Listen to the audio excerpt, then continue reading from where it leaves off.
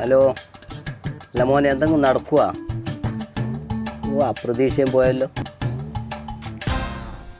എല്ലാം നഖം കടിച്ചിരുന്നാ എന്തെങ്കിലും ആക്കണ്ടേ?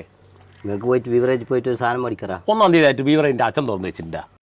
ഒരു ഐഡിയ എന്നാ നമുക്ക് ആ കേണിൽ വന്നിട്ടുണ്ട്, അയാളെ വിട്ടു പോയാലോ? അതെന്നാലും മാഹി പോയിട്ട് വെള്ളം അടിക്കില്ല. ഇയാളെടുക്കെ പോയാൽ പൈസയും കൊടുക്കേണ്ടി വരും, അയാളെ ബിഡൽസും കാക്കേണ്ടി വരും.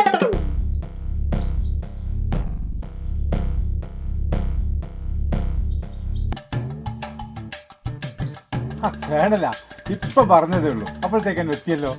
എടാ നിങ്ങളുടെ ഈ പ്രായത്തിൽ ഞാൻ ഇവിടെ വന്ന് ഇരുന്നിട്ടില്ല. അതെന്താ മൂലക്കൂരുണ്ട് രൂപ? എടാ ഞാനന്ന് പട്ടാളത്തിലായിരുന്നില്ലടാ. എടാ ഒരു പട്ടാളക്കാരനെ ഇൻസൾട്ട് ചെയ്യുന്നത് രാജ്യദ്രോഹ കുറ്റ. അതും ഒരു റിട്ടയർഡ് പട്ടാളക്കാരനാകുമ്പോ കുറ്റം ഡബിള്.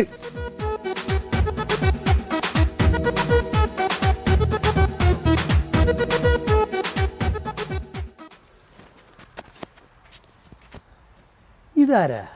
ഇതിനു മുമ്പ് ഇങ്ങൊന്നും കണ്ടിട്ടില്ലല്ലോ. അത് നിങ്ങൾക്ക് അറിയില്ലേ? കടലിൽ വീണ് മരിച്ച സുധാരാടൻ്റെ മോനല്ലേ ഇത്? നീയപ്പം നമ്മുടെ സുധാകരന്റെ മകനാണല്ലേ? നമുക്കൊരു കാര്യം ചെയ്താലോ? എന്നാ നമുക്ക് ഇവനെ അയാളെ വീട്ടിൽ വിട്ടാലോ? ഇവനാകുമ്പോൾ കഥ കേട്ടില്ല അയാള്. അപ്പൊ നീ എന്റെ പട്ടാളത്തിലെ കഥകളൊന്നും കേട്ടിട്ടുണ്ടാവില്ല. ഇല്ല കേട്ടിട്ടില്ല. നിനക്ക് ഞാനത് വിശദമായിട്ട് പറഞ്ഞു തരാം. വാ. എടാ കിരണേ, ഒന്നും ഒരു കാര്യം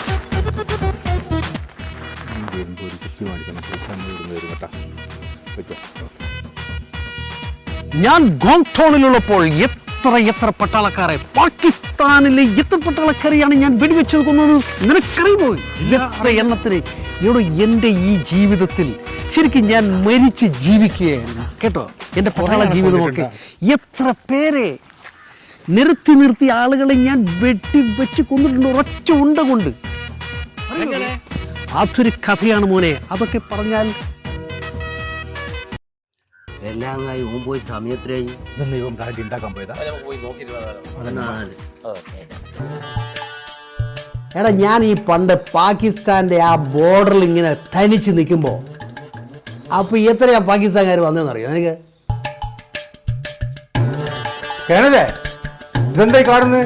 ഒരാളെ കെട്ടിയിട്ടിട്ടാ കഥ പറഞ്ഞു കേൾപ്പിക്കുക? ഇത് രാജ്യദ്രോഹല്ലേ? എടാ പിന്നെ എന്റെ കഥ ഇവ കേൾക്കാൻ പറ്റില്ല എന്ന് പറഞ്ഞു കഴിഞ്ഞാൽ പിന്നെ ഇവനെ ഞാൻ പൂജിക്കണോടാ. കിരണേ കിരണേ, എടാ ഇരിക്കണ അവിടെ. എന്റെ ചൈന ബോർഡിലെ കഥ നീ കേട്ടിട്ടില്ല?